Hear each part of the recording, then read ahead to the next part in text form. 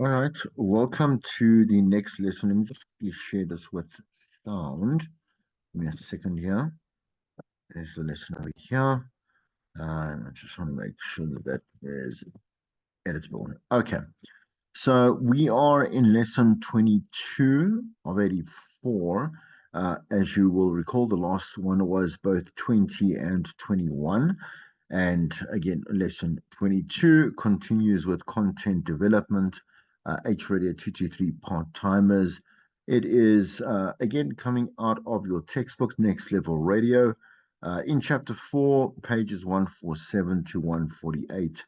4.2.5 features. So in this lesson, we are going to learn how to create our own feature. What is a feature? Why they are important.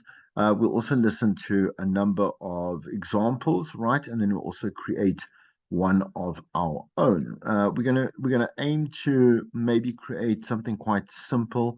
Again, just to gain some ground and again some ownership and some confidence in being able to understand how to develop just a nice clean feature that again it ticks all the boxes of what a good feature needs to actually be. Okay, if there are any questions, just make sure that you do use the WhatsApp line at in the group that I've created for you, so that we can make sure that any and all constant communication is active. Okay, all right.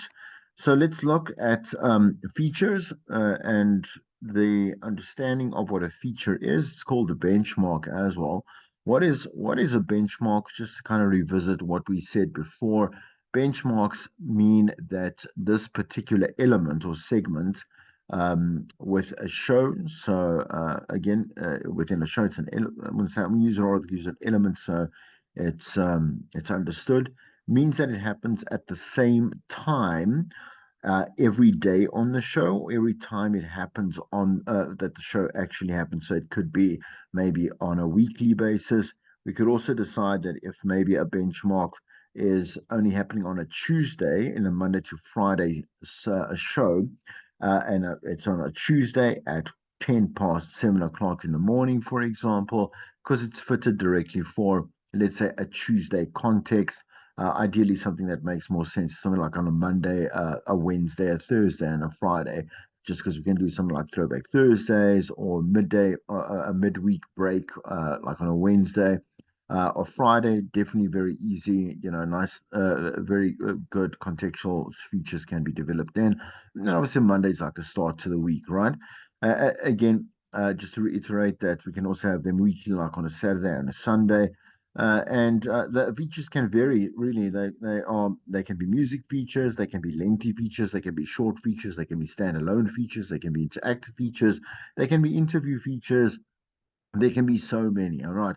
The idea is that a feature has the same structure. Obviously, it's we develop the exoskeleton, the structure of a feature, so that we allow for dynamic change within the structure itself. Okay, so we create the feature, and then again, every time we run the feature, it'll have obviously a variant content. It must differ, right?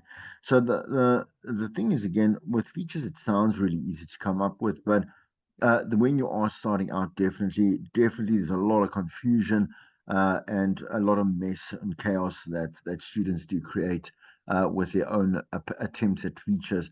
Because and the predominant reason or the main reason why features do not work when you are conceptualizing them, right, is because you don't actually think it through. So you don't play it out in your head, or like let's say do a bit of a test run to see how, let's say, different elements might contribute to the obviously the I say the solid foundation of that feature, because it might seem really nice in your head and it might look really nice on paper, but then you go and you execute it out on air, and then it goes and it fails, right? Because you haven't, like I say, you haven't plotted it out, haven't laid it out, and you haven't worked through it to imagine possible outcomes or possible situations that that could be obstacles for the feature that you might have to then go clarify, right?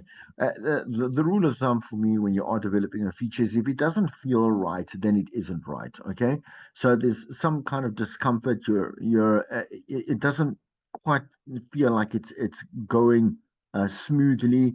It needs to be revisited. Sometimes it needs to be completely dropped, right? So anyway, they can broadly describe as content, be described as content pieces that happen at the same time on a daily or a weekly basis, right? So the features have the following two main purposes: to create a mini brand within the show, right? Because we can also then, again, it's that familiarity. Listeners like, obviously, like some kind of routine as well. They like to know that there are certain like expectancies within a show, that it mustn't be all kind of, again, like I say, chaotic and erratic at the end of the day. But we are also creating a product that can possibly even be branded with a sponsor, whatever it may be. And we go find sponsors that do match that particular mold, so that it can once again continue to be a holistic and a sensible product. So within a show that can be easily recognized, and then obviously with which an audience becomes familiar with, right? To create a tune in moment in which listeners add the feature to the list of their daily appointments. So they love it so much, they make sure that they don't miss it, just quite like your favorite show, quite like your favorite podcast, quite like your favorite TV series, you know. I think that's predominantly where we see it in terms of media, more so even than like newspapers or print or whatever it may be. But for us, like consuming, let's say, a series, right, that happens every, like I say, Wednesday, and it is a Wednesday at 5 o'clock or 7 o'clock or whatever it might be. Like we make an appointment, we make a bit of a date, right, with this particular product, right, and we find space for. We have a lot of busyness and clutter within our lives. Excuse me, I'm just going to turn that the phone to silent. Okay. And then, but the thing is that and it seems like we can't fit in more stuff in our day, but we always will make time and space and attention and obviously commitment to something that we are interested in or invested in. So a good example is when people say, "Oh no, I don't have the time to go and do exercise or to obviously work on my fitness or whatever it is," and that's not true. That's not true. It's because you don't want to. You feel as though you are overwhelmed, and again, it's about perception, your perspective on your day, perception of your life, right? That you relieve that you don't have that time, right? But I can tell you something. If you wanted to make a stop, and I'm really going stereotypical here. So if you're not healthy, you're unhealthy, right? If you want to make a daily stop at the McDonald's or go get a pizza or go make sure that you have a Starbucks coffee, right? And that takes you half an hour, 45 minutes, or whatever it is of your day. You'll be like, this is essential to my life, right? I need this and I want this. Actually, is more like what you're basically saying. But we will make the time, right? So should you have no, should you have very busy day, someone that does want to exercise will make time before the day starts. Start the day a little bit earlier. They'll find it during their lunch breaks. They'll make sure that they either exercise at home, or they might do it after work. Like I say, in the later evenings, just before the gym closes or whatever it may be. Or let's say they're doing outdoor exercises, whatever it may be. They'll put it in. They'll make it fit, right? And they'll say, I can do this daily, or I can do it 3 times a week, or 5 times a week, whatever it may be, right? If you want something, so if the listener wants this feature, they will make time for it. If they want your show, they will make time to listen to your show. It'll be part and parceled as part of their daily lifestyle choices, right? So this created a pattern of repeat listening, which drives time spent listening. So our TSL and ratings, obviously, right? It will increase the time spent listening because again, it's that dedication in and over and above, right? What we already are dedicating to. perhaps maybe that, like I said, that show or that particular station, right? Okay. Right. Features are metaphorically speaking casings or containers for strong, relatable, character based, and entertaining content. So you can imagine like this little bit of a case, right? This little, a compartment, whatever it may be. It's like a little box, right? Where you're going to put something in there. Okay. And the box obviously is put somewhere in your show. But the box can contain, like I say, a variation of stuff, right? We just know that it is in a box, right? A little compartment, and whatever you can put inside that box, thinking quote unquote outside the box, within obviously boundaries, right? Is what you would consider your feature, right? So listeners want to be entertained, and the feature, if entertaining, will create a mini brand. Again, where we'll get listeners coming back daily to listen. According to Tracy Johnson, these are the attributes of a successful feature. It needs to be fun to do and to listen to, right? So again, that passive interaction, right, is what we actually want the listener to enjoy it from their side if they're not directly involved in it. Obviously, we can't involve every single listener directly. We'll have, if it's an interactive feature, we might feature spotlight one or two or three listeners. That will obviously again be something that other listeners, the mass majority, the very mass majority of listeners that are listening at that particular time will enjoy. Right. So it needs to have longevity and be sustainable. In other words, like you got to have a lot. You got to pull out a lot of months out of this particular feature, so that it doesn't get and it mustn't get stale. Sorry, stale or overused or just kind of like boring at the end of the day, right? So you got to see it performing, like I say, for a couple of months, or we've seen a lot of features actually carry on for years, right?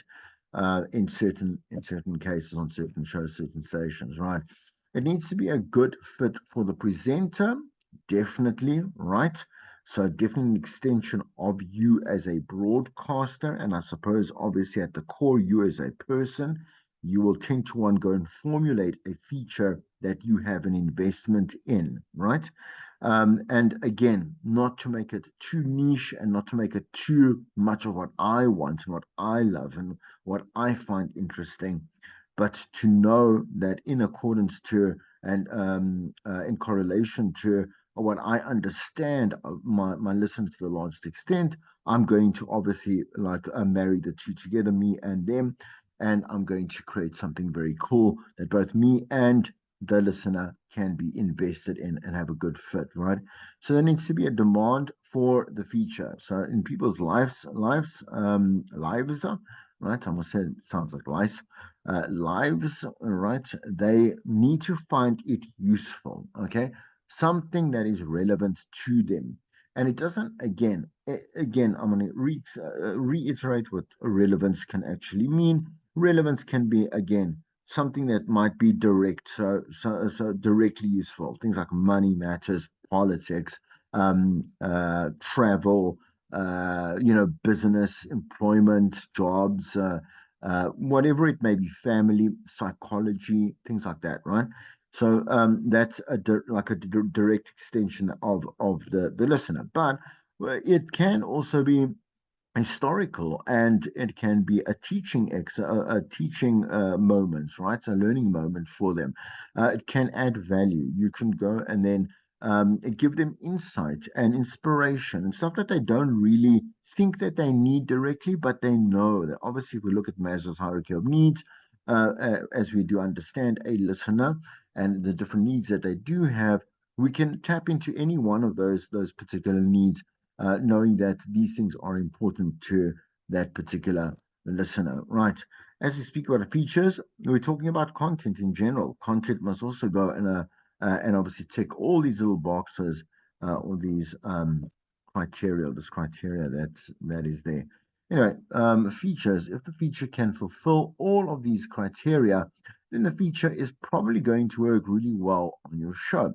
And for a game, or informational or funny content pieces, that are based largely in storytelling. That's where you should actually go and look and direct your focus on, right? Features need to be scheduled regularly, right? Again, as I said, it's got to be at the exact time, on the exact day, all right? So day to day, or week to week, or whatever it may be. Or like I say, contextually time stamped Monday, Wednesday, Thursday, Friday, Saturday, Sunday.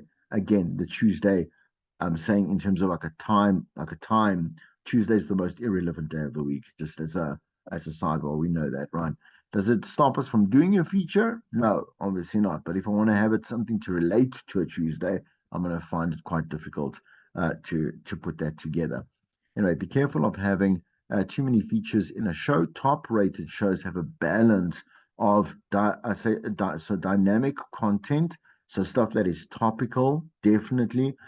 It mustn't become too gimmicky, so feature after feature after feature after feature shows that you also don't have any kind of like any dimension or any versatility or any yeah, you understand what I'm saying to you, like what is that, man? I just want to say um man, I would say diversity, but also again, it's your capability as a broadcaster. You become a little bit, like I say, a bit stereotypically labeled as a bit of a gimmicky presenter that doesn't really talk about stuff that everyone is talking about, right? Because everything needs to be mapped under a feature, right? Okay. So use the following checklists of questions to help spark creativity with this in mind. Let's have a look at these here. So check preparation sheets from the previous day, and there could have been some great callers that you can use as creative content, right? It's always good to like take obviously have a little bit of your own little database there that you really enjoyed this caller. Maybe they because they were really maybe they had a great personality, they had great insights. Maybe they you find out that they were an expert professional in a certain experience, maybe. So hands on, very like very interesting, very raw, very real, um, and a great reflection of. They could have been also expert professionals as within, I'm saying, their field of expertise, right? They could be working somewhere, right? So they might be working at a massive company like a Disney or a Warner Brothers or whatever it is, and you'd be like, oh no, I mean, I definitely could use this person in the future as well. And then I could obviously lean back on some of them, approach them, and say I'd like to actually create whatever it is, this idea. It doesn't have to be feature related. I can then go create, let's say, dynamic content or original, say, unique, I would say, timestamp content. So something that's obviously relevant to that particular show, right? Compile a mind map of the audience. Note that note what is topical, relevant, and local to listeners. Okay. So finding again, if we look at let's say the BMH listener or the BMH audience, right? Okay, and look from a BMH radio perspective, we look at let's say what might be topical to a BMH listener. Topical could be things like relationships, right? Relevant could be about their studies, right? And again, I mean, for to kind of try and that looks very similar, right? Relevant is about the relevance to their lives. Topical is topical in terms of what they are conversing, what they're talking about. It just is split hairs there. Local to the listeners, obviously, in terms of the immediate or their direct line of contact. So maybe local can be focusing on where they are spending their time in that particular feeder area. Maybe there could be conversations around, commuting. There could be conversations on, let's say, opportunities in that area. There could be conversations on municipalities, like I say, community culture, whatever it may be, right? Find out what is going on in the lives of the cast of your show.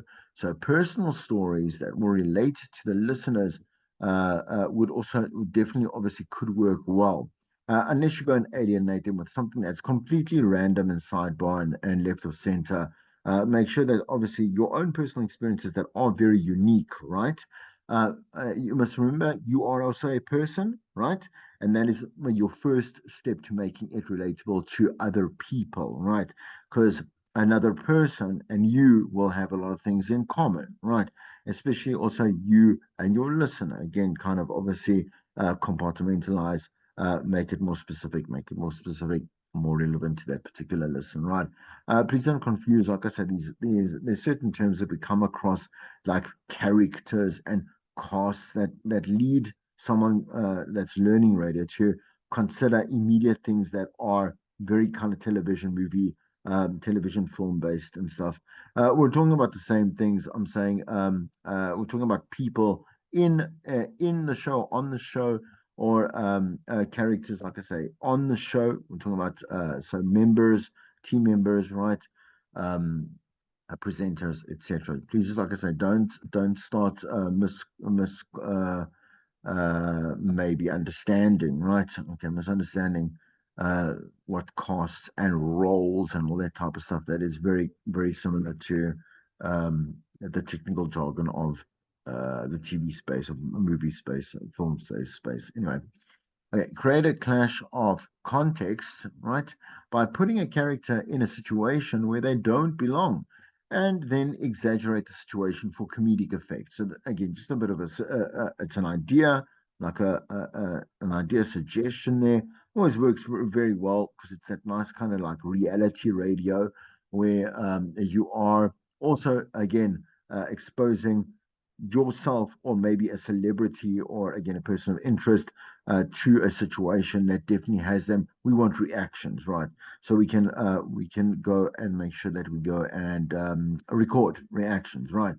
All right. Anyway, again, please don't look at those as set and only rules. These are just ideas, possible ideas from the many ways that we can understand approaching content. In this case, particularly, once again, features. There are multiple opportunities for very interesting stories and features.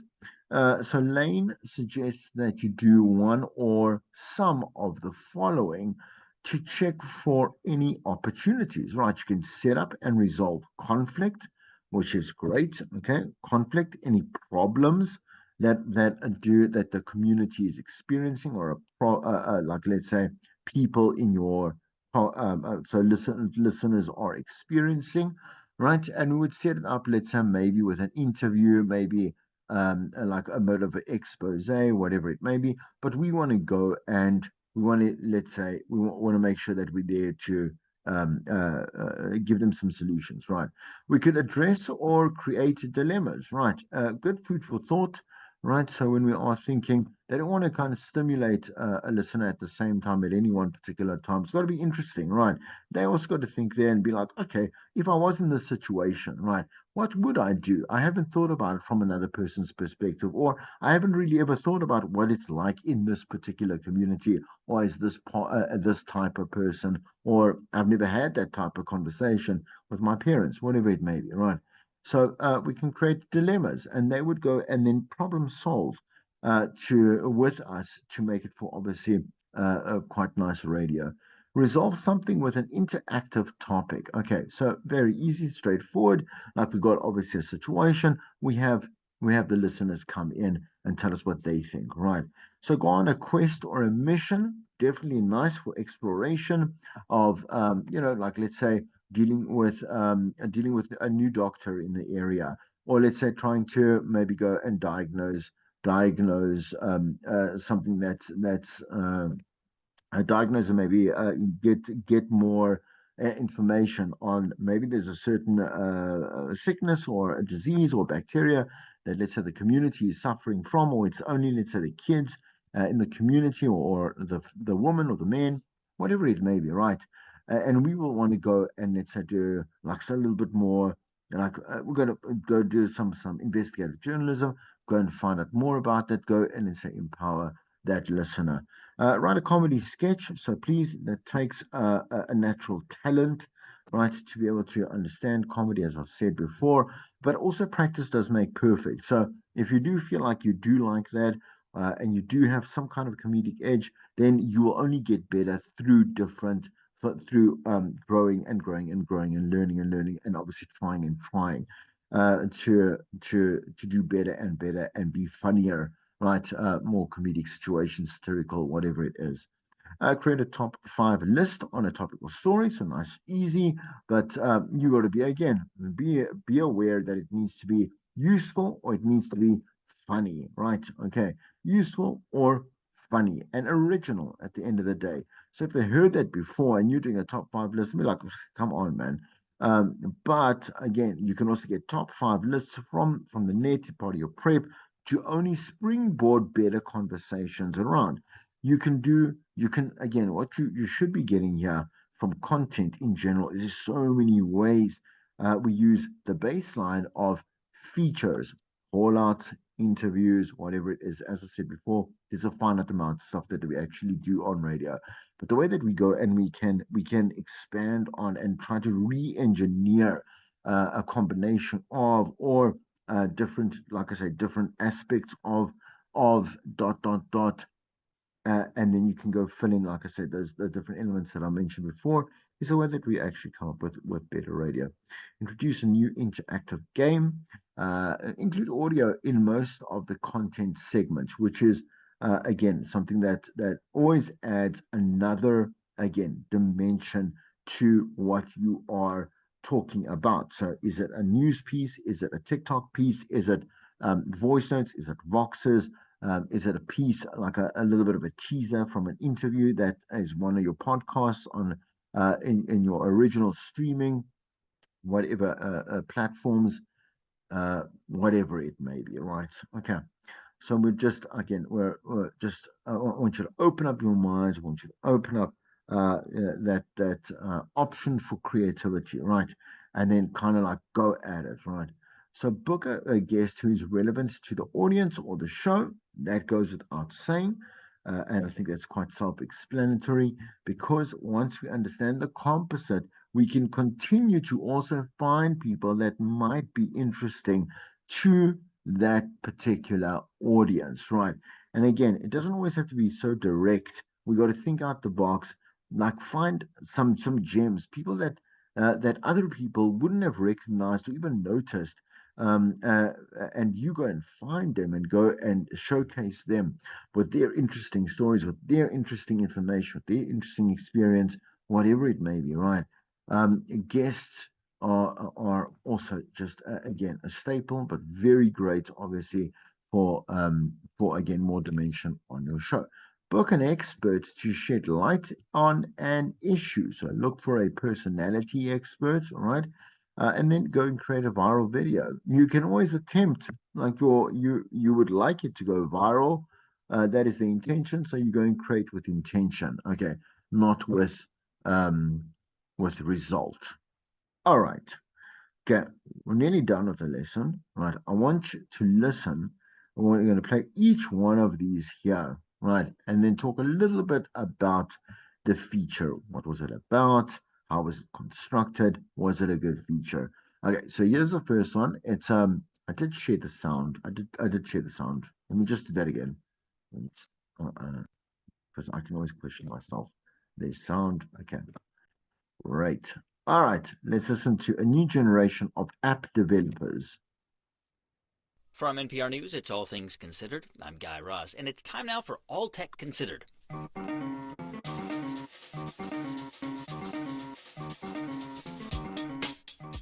While some teens and tweens spent the summer babysitting or mowing lawns, a growing number spent long hours in front of a screen with their parents' blessing. From Hoover, Alabama, Gigi Duban reports on a new high-tech phenomenon: very young mobile app developers. One night this past summer, Ozair Patel and his parents were sitting around the dinner table. They were talking about the new school year and how Ozair could be more organized. Now, Ozair is a bright kid, but like a lot of 13-year-olds, he loses things. Handouts, notices, things like that. So by the first week of school, he'd built himself an iPhone app. He called it Barry's Schoolmate, after his school, Barry Middle. It has the school's calendar on it, so you can find what days you have school off, and you can email your teachers from your iPod or iPhone. Word spread about the app, and Ozair became a middle school rock star. In the hallways, kids patted him on the back. They gave him high fives. Most of them wanted to know how he did it, so they could build mobile apps too. In fact, the school district's chief technology officer was so impressed, he asked Ozair to make apps for other schools. You agreed? Yeah, I did. Are they going to pay you? A lot. I don't know if it's a lot, but they're all gonna pay me. A school system spokesman said they haven't yet nailed down how much he'll be paid, but they'll be sure to follow all child labor laws. Ozair is okay with this odd little arrangement. So I'm working 2 jobs, being a student and working with them. Isn't that kind of bizarre? Yeah, it's kind of weird, but I'm getting paid, so. Ozair is part of a growing trend of kids turned entrepreneur. For instance, the 8th grader who built Bubble Ball, an app that managed to knock Angry Birds out of the top app slot. It's been downloaded more than 9 million times. Many young developers are hoping to nail the next big hit and make some money. Say you build an app for an iPhone or iPad. You charge 99 cents per download. Then, if 1,000 people buy it, that's $700 after Apple's 30% cut. Free apps make money through ads. I'm T-Pain, you know me. I'm big music, boy. But not all kids do this to get rich. They want to build something fun, like this.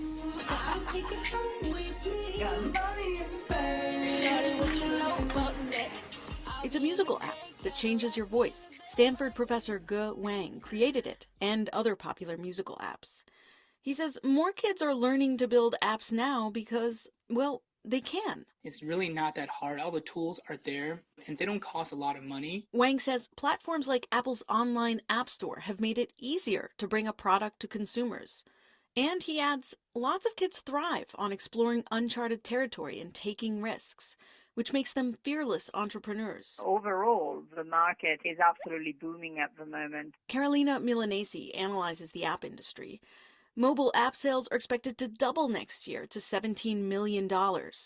And Milanese says tech-savvy kids are poised to move in on those profits. These devices are used in school. They're part of their everyday life, and it's both play and work for them. And for all those kids at Berry Middle School who wanted a piece of the action, Ozair started an app club. For NPR News in Hoover, Alabama, I'm Gigi Duban. Right, such a good, so very nice pre-produced, pre-packaged, beautiful piece. Very nice. Also nice. It wasn't even too long, like I say, about 3, 4 minutes there. Really, really nice. Obviously, the feature is about technology, right? And it's such a nice the different elements around that. Very well, obviously scripted, right? As if it is like it's an expose for a news piece, right? And again, getting about the voice notes that you the voicers that you heard at the end there. Got a little bit of an interview with a kid that developed the stuff, and there were different elements, and obviously again the little music sound bites to create an understanding of, for example, like I say, the music based app. Really nice, very nice, really well done. But why would we play you rubbish, right? Fighting childhood obesity, it's a family affair. Let's listen to that one. With more American children becoming overweight, many parents are wondering how to talk to their children about weight. One program for families in Silicon Valley is both straightforward and successful. Here's Sarah Varney of member station KQED. It's already been a long day at school and a long day at work for most of these families. Yet here they are, gathered in a Stanford Hospital classroom in Menlo Park at 5:30 in the evening, cheerfully sorting through pizza boxes and canned soup to learn about what's in their food. Okay, we'll take one more question and then unfortunately we have to end. Yes? What if you have a family member who's picky? The children here are all in the highest percentile for body mass index, or BMI, and they've signed up with their parents for a 6-month healthy eating and exercise boot camp. After the class, I meet up with Gabriel Rodriguez, an 11-year-old, sparkly-eyed, self-confessed burrito lover, and his mom. Hi. Good to see you. Gabriel graduated from the program a few months ago, and he and his mom, Gloria Artiega, are here tonight for their monthly check-in with their health coach, Thea Runyon. All right, Gabriel, you know the drill. Take your shoes off. Gabriel and his mom meet Thea every month to measure his weight and height and talk about how well he's sticking to his exercise and healthy eating goals. The program is designed around a traffic light system. Soda and cookies are reds, other foods are yellows or greens. Reds aren't banned, but kids do set goals for bringing down how many they eat each month. They keep track of what they eat in a journal, the snacks after soccer practice, the pizza at school. Okay, so let's take a look at your charts. So when you started the program, you were eating 90 red lights. Yes. The chart shows Gabriel has reduced his red lights from 90 to 30 a month, and he's pretty much stuck with it. Program director Cindy Zedek says kids gradually cut back the amount of junk food they eat, so it doesn't feel like a big change. This isn't a diet, Zedek makes clear, a word that they never use with kids or parents. You're really signing up for 6 months of learning how to improve your eating and exercise habits for your lifetime. It's not a diet that you're on and then you're off at the end of the 6 months. This will give you the tools to continue to make these changes for your lifetime. Those changes also include exercise. Kids set goals around playing or doing sports for an hour each day. Often the hardest part for parents, Zedek says, is figuring out how to talk to their kids about weight. A lot of parents call and say that their child has very high self-esteem, feels very confident, is very active, but they're overweight. So they don't want to bring up their weight because they don't want to make them feel badly about it if it's not a current concern for them. The last thing a parent wants is to saddle a child with a self-image problem or eating disorder. So instead, Zedek encourages parents to tell their child that the whole family could stand to be healthier, and the program is something they can do together. Thea Runyon, the health coach, says often, though, there are plenty of clues that a child actually wants help. For example, Gabriel asked his mom if he was fat. Other kids complain they can't keep up during soccer or basketball. But Runyon says parents, out of embarrassment or nervousness or their own issues with weight or food, can dismiss the problem. I think what happens when this issue comes up at home is a parent is quick to say, oh no, nothing's wrong, everything's fine, you're wonderful, I love you, instead of listening and saying, okay, they're actually asking for help. The program here at Stanford has an enviable success rate. Since 1999, about 80% of the kids who finished have achieved their body weight goals. Although most of the families here were referred by a pediatrician, health insurers won't pay for it. Instead, the costs are largely covered by grants for low-income families, while others pay out of pocket. For Gabriel, he says being with other kids who are overweight and trying to get healthier has kept him going. It's not like I'm the only person in the world. I know there are other people out there like me. For tweens and teens who are still growing, the goal is not to shed pounds, but to maintain a healthy weight. Gabriel is closing in on his health goals. His weight is staying about the same, but he's growing taller and clearly growing into himself. For NPR News, I'm Sarah Varney. Yes, obviously we're taking off NPR quite a lot. I think all these are actually NPR. But again, very nice. Again, the beginning, middle, and end. And again, it's kind of selective.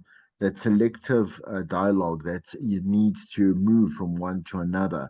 What I will do also, just because we do need a little bit of variance here for you to understand, is when we. So I'm gonna show you the feature that I planned for this week. And then what I will do is that in a follow-up lesson, so obviously what I'll do is I'll just extract the audio from the show this week so you can actually see how that works. How does it actually come? Like, what does it sound like on air, etc., etc. Right. I think let's do maybe one more and then move into, like I said, the layout of that particular feature, that and the dynamic content that I've planned for this week, so you can actually see what it looks like, and then you can start to formulate, like I say, one of your own. 1, 2, 3 over here. Let's look at social media as a positive experience. Should be very interesting as well. Look. Bullying on social media sites like Facebook gets a lot of news coverage, though most teens actually think social networks are friendly places for them. That's according to a new study released today by Pew Research Center's Internet and American Life Project. As NPR's Laura Seidel reports, most teens still do see a lot of meanness towards other kids online. If you sit down with some teenagers and ask them if people are mean on Facebook, heads nod. Yes. Yeah. I'm talking to a group of 17-year-olds at Pioneer High School in San Jose, California. Shasta Hudson and Samantha Abrahams elaborate on just how mean. I mean, I think pretty mean. People just, like, they use Facebook as, They're honest. yeah. They're very honest. So they can say stuff that they wouldn't usually say in person because they're, like, behind a computer. Facebook definitely adds another dimension to the emotional turmoil of teenagehood.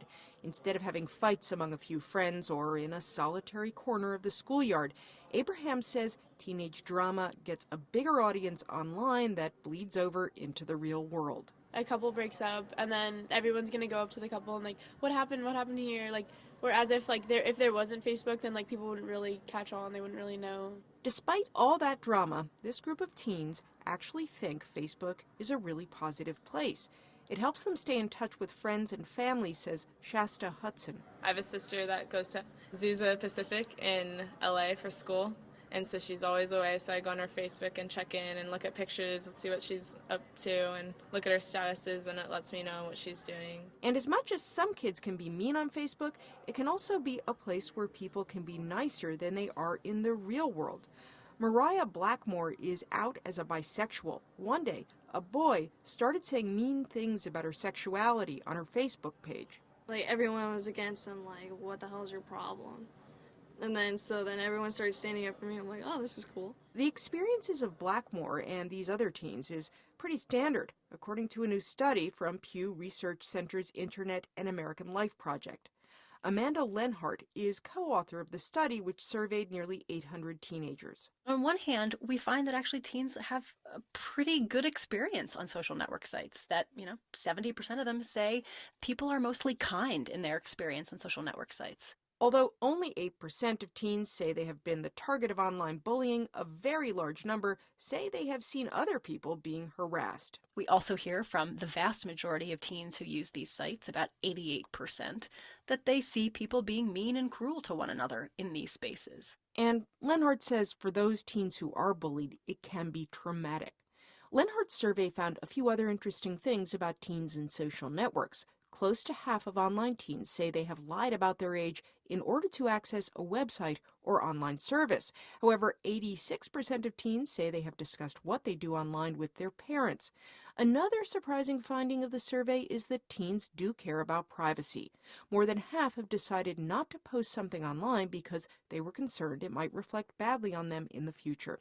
That's true of Mariah Blackmore. Especially for me, because I'm trying to become a firefighter. And they do background checks, like really heavy background checks. What does seem clear from this study and this group of teens is that the online social world has added a new layer of drama to a time in life that is already fraught with plenty of anxiety. Laura Seidel, NPR News, San Francisco. All right. Okay. So what I'm going to do, what I want to look at is,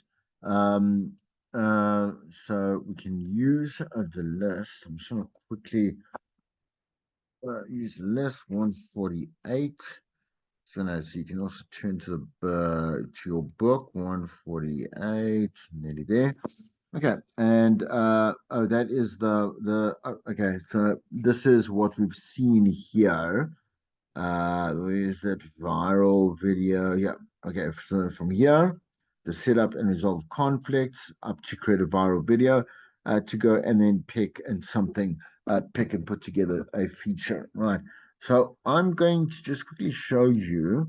Let's quickly stop the share here. I'll quickly show you this. So I call it the something about something triple play. Right.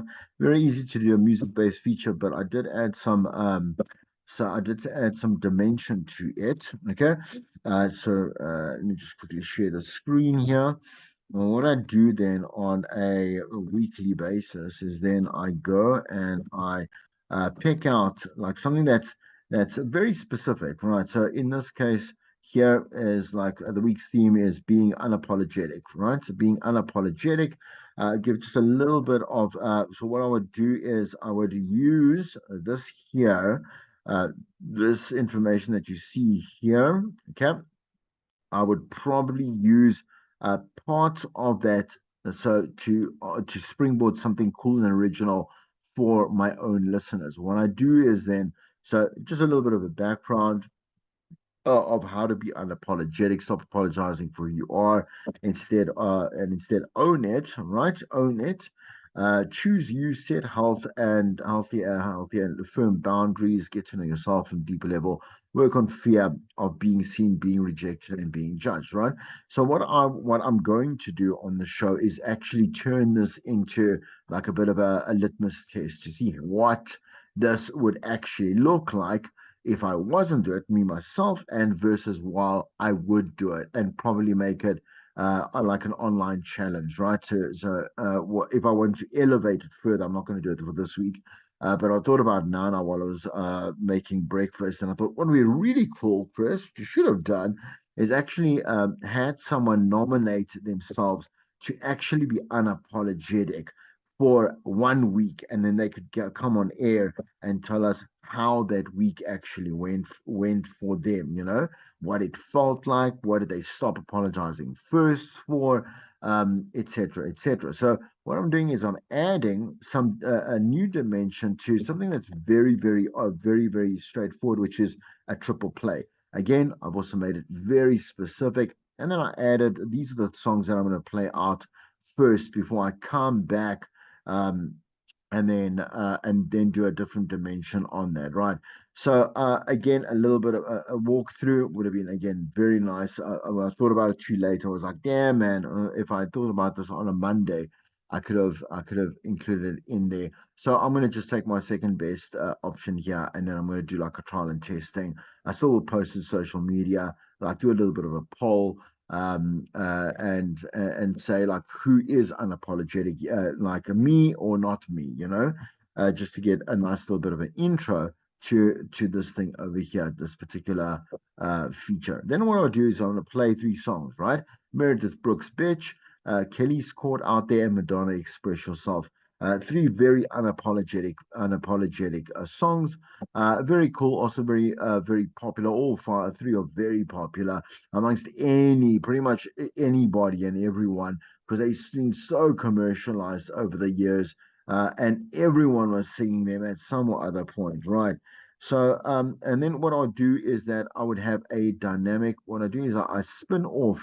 So I say, so at some points, you've got to stop, like collaborate and listen to yourself and say, I have to apologize, right? I actually do have to apologize for certain things, but you mustn't do it in this way. And what I've done is I've gone to go edit some of the worst apologies on YouTube, right, or on social media, predominantly on TikTok, right? That there's a or there was or YouTube, right? That was put together, and there's obviously a bit of context to make it a bit more newsworthy, right? Or this person did this, and this is how they apologized. There was a massive story. I'm actually still busy in the editing process to decide to focus on the Sienna. That when this woman is called Sienna something, I can't really remember now, right?